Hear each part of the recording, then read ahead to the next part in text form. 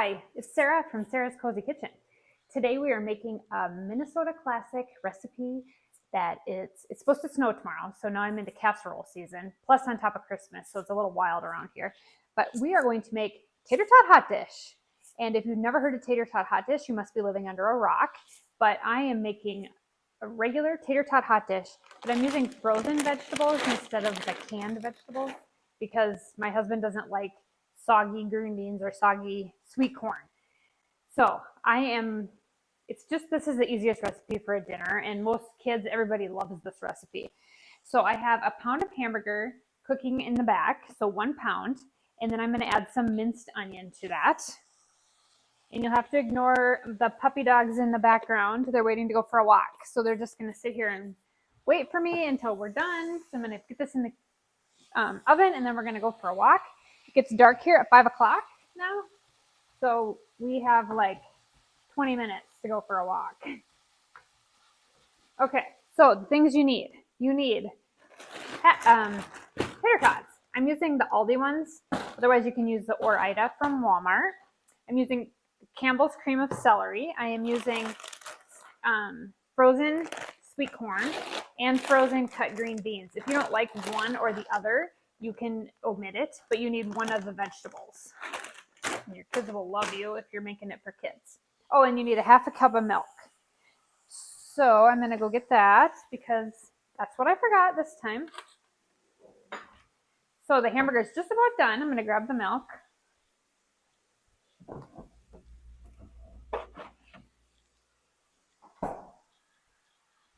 Okay, so we're waiting for the hamburger to brown.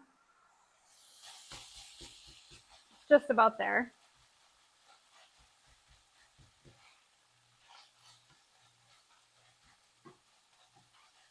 Okay, now to this hamburger, I forgot to turn on my ring light, so I'm really dark.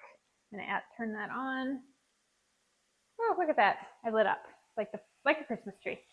So to that, I'm gonna add my cream of celery soup, just 1 can. So I've got the hamburger done. So add that right to the hamburger. If you have a lot of grease, go ahead and drain it. I don't have any grease because I'm using venison, so. Okay.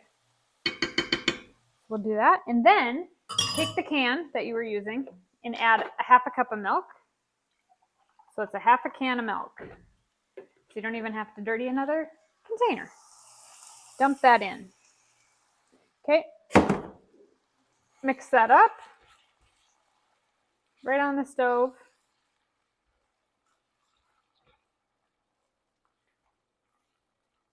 Like I said, this is a Midwestern dessert, but you'll find it at any diner, any grandma's house. Okay, we're gonna let that simmer for about 30 seconds while I cut open the potato puffs. They're tater tots. They call them potato puffs at Aldi's. And I'm gonna add both vegetables. So you can use a can, but if you put these frozen ones in, they don't get soggy. So take your oval container like this. You don't need to grease it or anything. This is literally, I'm at 3 minutes. Now I did brown the hamburger before I started. So you can have this put together in literally 5 minutes. Okay, so I'm going to take my entire mixture, which looks like that. I'm going to dump it in to the pan. I'm going to actually put that back on the stove because it's hot. Okay, now I'm going to add sweet corn. Just dump it right over the top. Probably about a half of a bag. Like that. Okay, now I'm going to add the cut green beans that are frozen. These are all from Aldi's. If you really want to get vegetable-y, you could add carrots too, but I don't know. Tater tot hot dish to me is more corn and green beans. Okay, now take your tater tots and lay them in a single. You don't want to like put them on top of each other because you want them to get nice and crispy. So just a single layer until the whole thing's covered. This. What's the matter, Sammy? They're just waiting, so patient to go for a walk. Okay, so then I've got it like that. So this is ready to go in the oven. I'm going to bake this at 350 degrees for 30 minutes. I'm going to pull it out and it will be completely done. And you have yourself almost an entire meal in here. I usually serve this with a biscuit or a side salad, sometimes a cup of soup, but we're going to probably have a crescent roll biscuit or Grand's biscuit or something like that with it. So I will show you what this looks like as soon as it comes out of the oven. And I hope you enjoyed this Minnesota casserole. I'm not going to say Minnesota, I'm from Minnesota, but more of a Midwest dinner. And thanks for watching. I hope you learned something. There's a lot of tater tot casserole recipes out there, but mine's really good. Okay, 35 to 40 minutes later, my tater tot casserole is done. And I just wanted to let you know that what I kind of do at the very end is I will lightly broil the top, just because I want to make sure that the tater tots are all nice and crispy.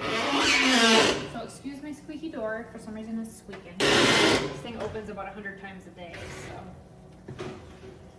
This is what it looks like right out of the oven. Beautiful, beautiful, beautiful with the green beans. The green beans, corn, forgot what I was gonna say. The hamburger and tater tot casserole, you're gonna absolutely love this. And I hope you enjoy your dinner that you learned how to make today.